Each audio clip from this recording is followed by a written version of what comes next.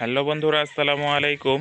আজকে দেখুন আমাদের জমিনে কতগুলো আসলে প্লাস্টিক পড়ে গেছে। তো পাশেই আসলে দোকান, তো এখানে কিছু বলার থাকে না, প্রতিবারই এমনটাই হয়।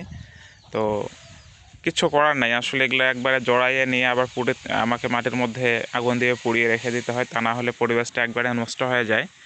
তো আমার পাশেই রয়েছে আমার পেঁপে বাগান। পেঁপে বাগান বললে ভুল হবে, আসলে বাসায় খাওয়ার জন্য দুইটা গাড়ি রাখছিলাম। আর দুইটা বললেও ভুল হবে, আসলে আমার অনেকগুলোই ছিল। তো আসলে এই জায়গাটা দেখেন যে এখানে কোনো ঘেরা বা বেড়া দেওয়া নেই, তো যার কারণে আসলে ওইভাবে করতে পারি নাই।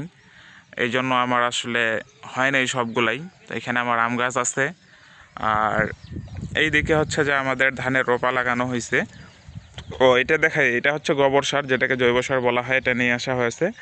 আর এই যে এখানে দেখতেছেন যে বিষয়গুলো, এটা হচ্ছে ধানের ছোট গাছ। এখান থেকে গাছটাকে বড় করে আবার আমরা আমাদের জমিনে নিয়ে যাব, সেখানে আবার আলাদা করে লাগানো হবে। আসলে এটা একটা সিস্টেম, না হলে আপনি করতে পারবেন না। ধান গাছ একবারে বড় করে এক জায়গায় হয় না। তো প্রথমে এইভাবে রোপা করতে হয়, তারপরে আবার অন্যখানে নিয়ে যেয়ে বুনতে হয়। তো এইভাবে আসলে চাষাবাদটা করতে হয়। আমার সব থেকে বেশি ভালো লাগে হলো যে এই একটা গাছের বিষয় আপনাদেরকে বলতে চাই, যেটা আমি ওষুধি গাছ হিসেবে মনে করি। এটি হলো আমাদের এই মোরিঙ্গা বা সজনে পাতার গাছ। তো এটার নাম গ্রামের ভাষায় মনে হয় বলা হয় পেলকা। তো পেলকা শব্দটা আপনারা হয়তো বা নতুন শুনবেন, কিন্তু এটাকে আসলে গ্রামের লোক পেলকা বলেই চিনে।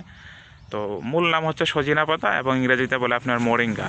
তো এই যে এখানে ফুল আসছে, এই ফুলটা আসলে এখান থেকে আমরা সজনা পাবো। এবং এটাও একটা ভিটামিন, এবং এর পাতাও ভিটামিন। মানে এই গাছটাই এমন যে শুধু এর ডালগুলো বাদ দিয়ে পাতা, ফুলের যে ফল যেটা হয় সেটাও আপনি খাইতে পারবেন, এবং এটা আপনার জন্য খুবই উপকারী একটা ফল।